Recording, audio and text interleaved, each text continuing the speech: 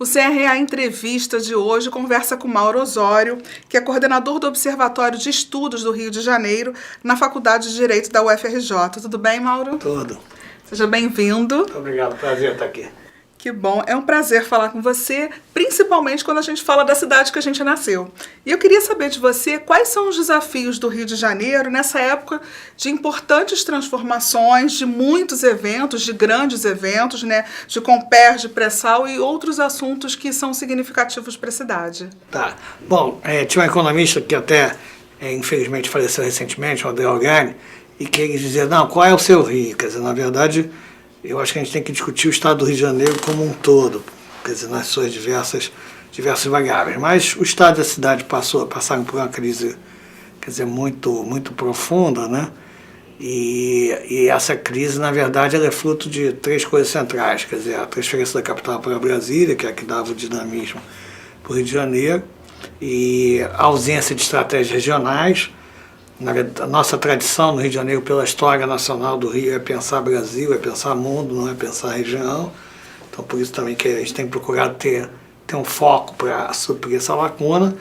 E, além disso, o Rio de Janeiro ele teve uma deterioração da sua lógica política a partir das cassações, a partir do golpe de 64, que foi muito grande. Infelizmente, não me surpreende o que aconteceu no Congresso essa semana com um debate lamentável lá entre os deputados Eduardo Cunha e Garotinho, né, que é um pouco o que aconteceu. Quer dizer, você também teve uma perda de substância política muito grande. Toda essa trajetória ela foi gerando um círculo vicioso, quer dizer, muito grande, perda de participação na economia, uma periferia da região metropolitana muito complicada, muito precarizada. Só para dar um exemplo, o que isso significa?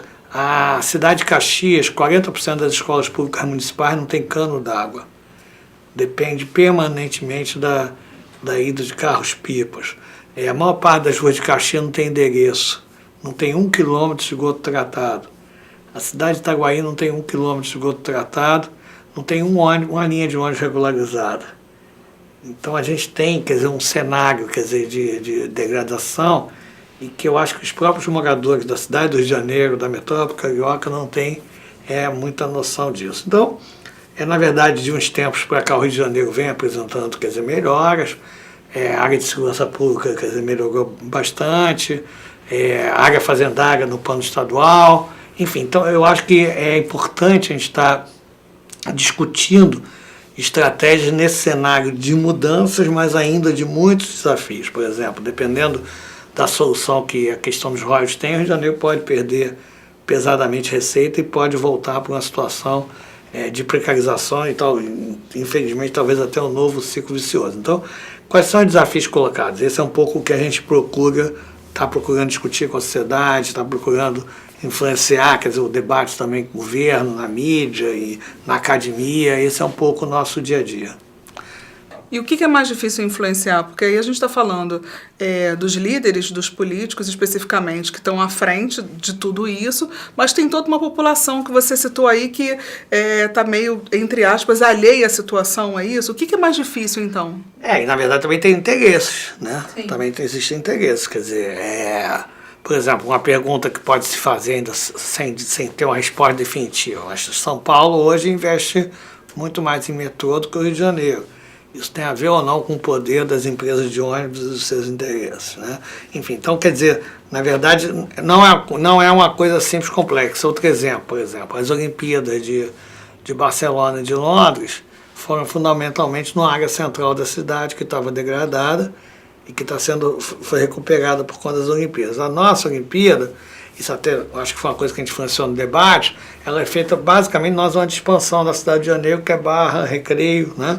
E isso logo depois que o Rio ganhou as Olimpíadas, houve um debate e até a prefeitura trouxe para o centro da cidade a área de imprensa das Olimpíadas, mas a maioria ainda está lá. Isso é um problema. Por quê?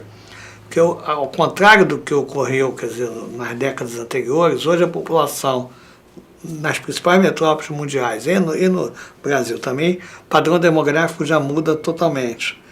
A população na cidade do Rio de Janeiro, entre 2000 e 2010, a jovem de 0 a 19 anos de idade, cai 8%. Tá? Isso é um cenário novo. O Brasil e o Rio vivem o que se chama de janela de oportunidades, bônus demográfico, que os próximos 20, 30 anos a gente não tem muita pessoa idosa para sustentar, nem tem tanta criança para sustentar. Isso muda tudo, né? Muda, por exemplo, talvez você não precise construir mais tantas escolas, se a gente não tiver. Talvez dê para investir mais em escola em horário integral, que também é uma vantagem. Mas essa mudança, do ponto de vista urbano, ela também traz uma mudança das políticas urbanas. Tem uma tese de doutorado do FRJ, Carlos Fernando, que ele fala urbanismo em tempos de retração. Quer dizer, sempre pensou-se políticas urbanas para cidades que cresciam populacionalmente. Agora a gente tem que pensar políticas urbanas para cidades que não crescem, né? Mesmo nas áreas populares, as meninas têm filho mais cedo, mas hoje já tem um número muito menor. Mudou totalmente o padrão demográfico. Isso traz problema do ponto de vista da previdência, médio e longo prazo, né? Do ponto de vista urbano, se a população não cresce mais, eu não tenho mais por que expandir as cidades territorialmente. Ou seja, a ideia é muito mais de adensar. Então, em vez de eu sair expandindo a cidade para novas áreas, onde eu vou ter que gastar mais em infraestrutura, né, eu vou adensar a cidade e levar a população a morar em áreas que já tem infraestrutura e ainda tem espaço. E aí eu acho que as Olimpíadas, na verdade, ela, fazendo a área de expansão, ela acaba estimulando uma maior expansão da cidade, isso vai aumentar custo para nós, né? Hoje, por exemplo, o projeto Porto Maravilha, nesse sentido, é um projeto correto, porque ele procura adensar no centro da cidade, aonde já tem infraestrutura, onde está o emprego. Você tem uma ideia, hoje na área central do Rio de Janeiro tem 35% do emprego da cidade e só 4% da população carioca morando naquela região. Então, se você conseguir ampliar a moradia, né, além de recuperar uma área que estava degradada, que é a área portuária, é ótimo. Mas hoje no Rio de Janeiro eu tenho um temor de o projeto Porto Maravilha ficar muito mais só para novos empreendimentos empresariais e ter pouca moradia naquela região, o que não é bom. Porque o ideal é você misturar moradia com emprego, melhora a logística, a região passa a ter vida 24 horas por dia ou no final de semana. Toda região deserta, ela tende a ser uma região mais violenta, né? Agora mesmo eu estava vendo a matéria que tem na Revista do Valor esse final de semana, que São Paulo agora está com uma política muito avançada em termos na zona central da cidade. São Paulo já tinha avançado antes da gente em projetos de estruturação do centro e eles estão vivendo essa experiência lá e estão procurando determinar áreas e percentuais onde necessariamente vai ter moradia, exatamente para ter esse mix que torna a região muito mais agradável. Mauro, por toda a sua história profissional, pelo que a gente conversou nos bastidores antes do telespectador estar assistindo a gente, nós ficaríamos aqui até dezembro, né? Conversando, que você teria muita coisa para contar para a gente. Mas como o nosso tempo é curto, eu queria encerrar por aqui, te agradecer e te convidar para outras entrevistas e de repente a gente dividir em vários assuntos e a gente ir passando para os administradores que nos assistem. Eu soube que aqui tem muita audiência, inclusive japonesa, né? A gente aproveita e absorve alguma sabedoria oriental aí também para o nosso planejamento. A nossa Web TV tem essa audiência também. O CRA Entrevista fica por aqui. Até uma próxima oportunidade.